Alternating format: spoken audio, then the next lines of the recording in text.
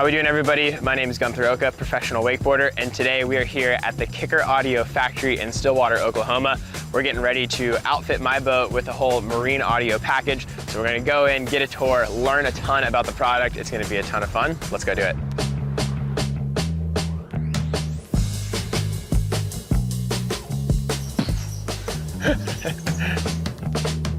I am here to see Jeremy.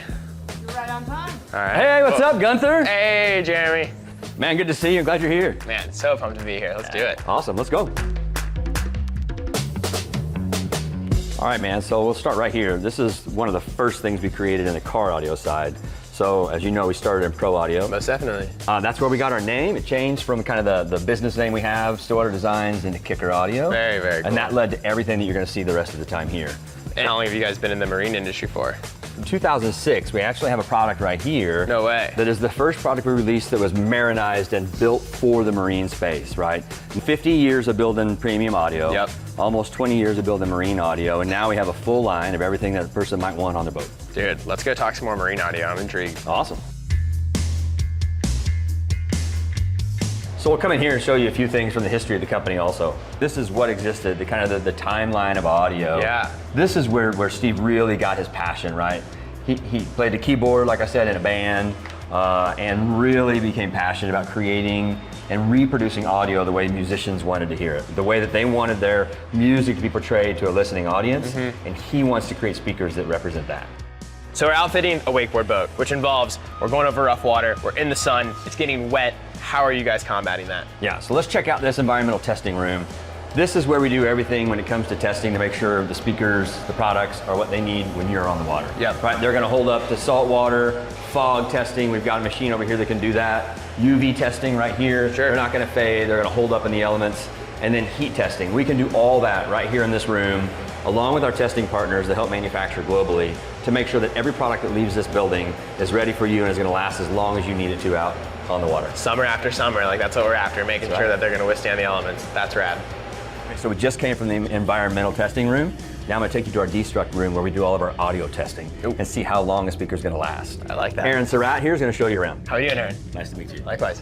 So what I'm wondering, and what I think other people might be wondering, is how do you guys get the audio to sound so crisp and so consistent, whether I'm running down the lake at 25 mile an hour, or I'm sitting at a standstill with the boat turned off? Well, it all starts in this room, and this is where we get it acoustically dialed in and sounding good. Yeah. But to get it right for your boat, we really need to put it in the environment. Totally. So we take it outside, we listen to it from long distances, and make sure it's good to go and as efficient as possible.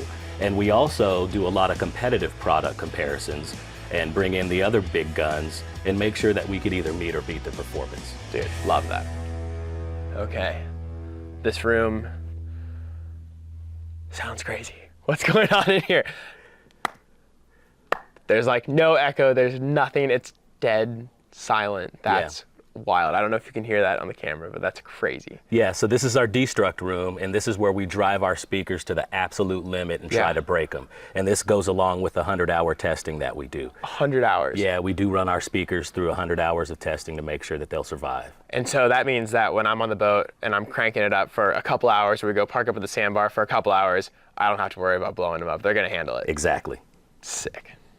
So where are we now? All right, so this is our film studio. Cool. We do a lot of our own production, and we were just talking about system design on your new boat. Yes. And it happens to be that a lot of our new marine product is already in here, so I figured this is a great place to come talk about it. Too kind, look at all this stuff. Okay, so give me the rundown, because obviously we're looking at a bunch of speakers and they're all going in the boat, but they gotta go in specific places in order to sound right. Yeah. So you were asking, okay, I got my crew inside the boat, I'm back behind. Yep. And how does that work? What does the system look like? What do the speakers look like? So each speaker's built for a different purpose, right? We know that. So we got subwoofers, they're gonna give you all that low end, big sound you wanna get. No doubt. The tower speakers was gonna get to you out behind the boat, whether you're at the end of a rope. Yep. So think of it like the interior speakers when we get to the new MSS, MSC line that's coming.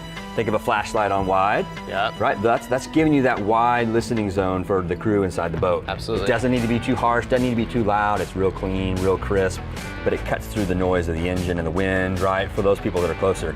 Then you narrow that flashlight down into a beam. That's where the tower speakers come in. Right? Yes. The tower speakers are broadcasting that sound directly back to you, so you get the tunes you want.